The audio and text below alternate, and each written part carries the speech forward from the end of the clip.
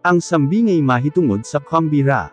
Lucas Kapitulo 14 versikulo 15-24. Sa pagkadungog ni adto sa osa nga nakauban ni Hesus sa pagpangaon, mingon siya, bulahan kadtong mga tawo nga makakaon didto sa gingharian sa Dios. Anya gisuginlan siya ni Hesus, may osa ka tawo nga nagandam og dakong kambira, ug daghan ang iyang gipang dapit. Pag-abot sa oras nga mangaon na, gisugaw niya ang iyang sulugoon nga adtuon ang mga dinapit ug saltihan nga moadtuon na sila tungod kay andam na ang tanan. Apan ang matago sa kanila mibalibad nga dili sila makaadto. Mingon ang osa, bag-o lang akong nakapalit og yuta og kinahanglan nga adtuon ko og tan-awon. Busa sabto lang una ako.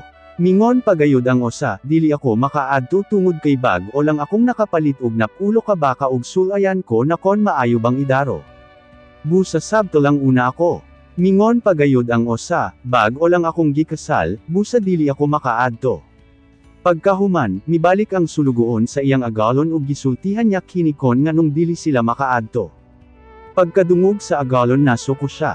Busa mingon siya sa iyang sulugoon, adto didto sa mga karsada ug mga kalye sa atong lungsod ug dad-adinhi ang mga kabus, mga singkaw, mga bota ug mga bakol.